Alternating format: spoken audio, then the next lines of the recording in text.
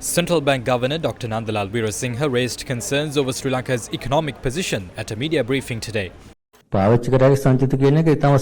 is only a limited amount of reserves. The reserves that we have in our country is not even enough to fund our imports for next week. It is at a time like this that we are trying to introduce new measures and bring in foreign currency to the central bank or the market. If this continues, there will be power cuts up to 10 or 12 hours. The country doesn't have enough money to import fuel. There was an era where there were power cuts for 12 or 13 hours and when there were long queues. It seems we are heading in that direction again. Don't try to import non-essential items. That can be done later. You will be doing a favor by making that decision.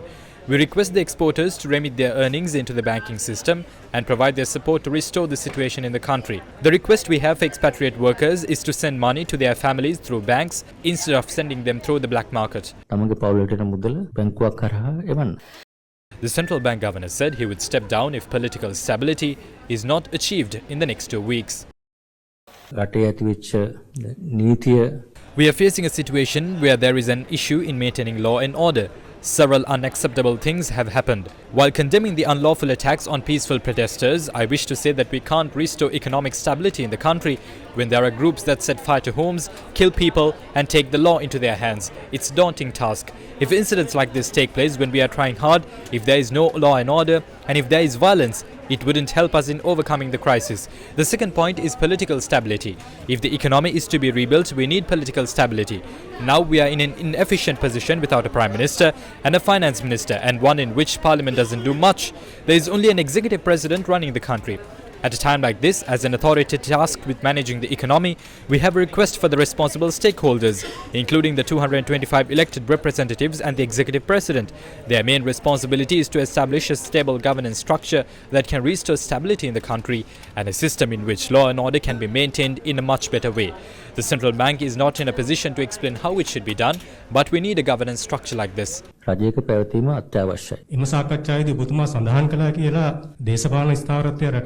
ඇති කරන්න වෙන්නේ නැත්නම් මෙම තනතුරින් ඔබතුමා ඉල්ලා අස්වන බවට සඳහන් I have said that when I took office, even the unrest at Mirihana had not occurred. The incident in Mirihana was the starting point for political instability in the country. I hope that stability will be restored in a couple of weeks and that we can implement our economic policies successfully. That is why I took office.